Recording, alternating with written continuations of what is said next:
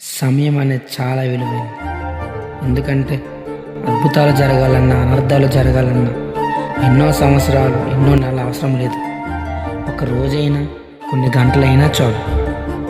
అందుకే పెద్దలు అంటుంటారు, కష్టమైన సుఖమైన చెప్పురాగని.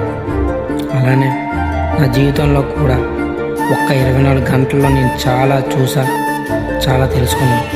అది ఒక ప్రేమ కావచ్చు, నా ఫ్యూచర్ కావచ్చు. ఈ సాయంత్రం 5 గంటలు మొదలయ్యి రేపు సూర్యుడు అస్తమించే సమయం వరకు సమయంతో ముడిపడిన ఒక అందమైన ప్రేమ కథ